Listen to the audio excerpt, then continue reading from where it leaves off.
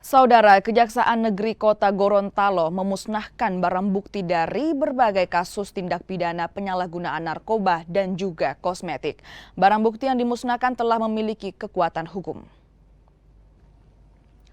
Barang bukti yang dimusnahkan berupa sabu, ganja, minuman keras cap tikus, obat-obatan, dan juga kosmetik ilegal.